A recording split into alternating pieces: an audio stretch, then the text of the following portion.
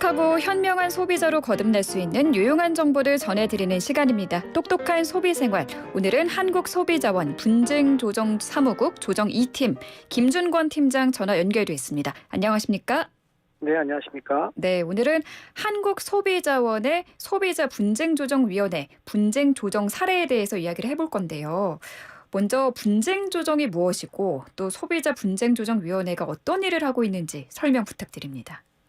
네, 소비자들이 이제 일상생활에서 문제가 생겼을 때 이제 137이라는 소비자 상담센터를 통해서 이제 상담을 받게 되는데요. 한국소비자원에서는 소비자 상담, 피해 구제, 그리고 분쟁 조정까지 최종 소비자와 사업자 간의 분쟁을 조정하는 역할을 하고 있습니다. 네. 소비자분쟁조정위원회는 소비자기본법 제60조에 따라서 아까 말씀드린 소비자와 사업자 사이에 발생한 분쟁을 해결하기 위해 소비자원에 설치되어 있고요.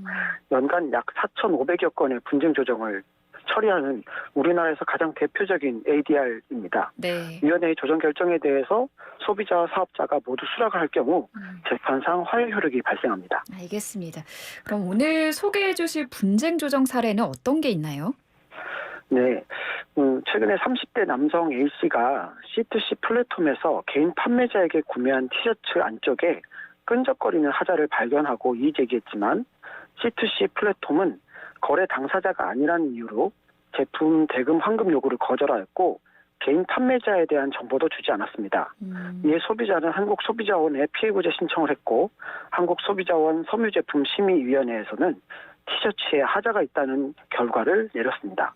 하지만 C2C 플랫폼에서는 한국소비자원 섬유제품심의위원회의 심의 결과를 인정할 수 없다며 대금 환급 요구를 수용할 수 없다고 주장했습니다. 말씀하신 C2C 플랫폼이라는 게 개인 간 거래를 중개하는 중고 플랫폼으로 이해를 하면 될까요? 네, 맞습니다. 네. 조정 결과는 어떻게 나왔을까요? 조정 결과는 위원회에서는 이제 전자상거래 등에서의 소비자 보호에 관한 법률에 따라 통신 판매 중개업자인 C2C 플랫폼에서 판매자가 사업자가 아닌 경우 성명, 생년월일, 주소, 전화번호 및 전자우편 주소를 확인해 거래 당사자들에게 정보를 열람할 수 있는 방법을 제공해야 한다고 결정했습니다. 또한 C2C 플랫폼에 판매되는 물품에 대해서도 검수를 하고 있고 이에 대한 수수료도 받고 있으므로 검수 관련 책임도 부담해야 한다고 결정했습니다.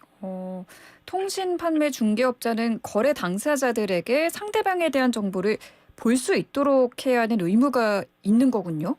네, 맞습니다.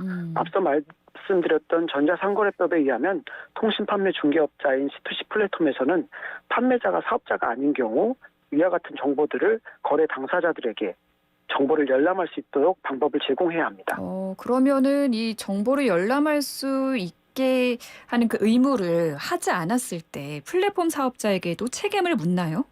네, 동법 20조 2 제1항에 따르면 고의 또는 과실로 소비자에게 발생한 재산상의 손해에 대해서 통신 판매 중개 의뢰자, 즉 개인 판매자와 연대하여 배상할 책임을 지게 되어 있습니다. 그렇군요.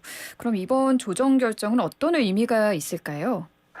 이번 조정 결정은 C2C 플랫폼을 통한 개인 간 거래가 급증하는 상황에서 플랫폼 사업자에게 개인 판매자에 대한 정보 제공 관련 의무가 있고 그 의무를 다하지 않아 소비자의 손해가 발생한 경우 손해배상 연대 책임을 명확히 하고 검수 관련 책임도 인정했다는 데에 그 의미가 있습니다. 그러니까 우리가 흔히 요즘 많이들 이용하시는 당근 땡땡도 이 C2C 플랫폼에 해당이 되는 거잖아요. 그렇죠. 당근 땡땡도 해당이 되긴 하는데 네. 여기서는 검수 절차가 따로 없습니다. 이 사건에서는 당근 땡땡은 아니었고요. 네. 보도에 나가긴 했지만 일단 크림이라는 업자입니다.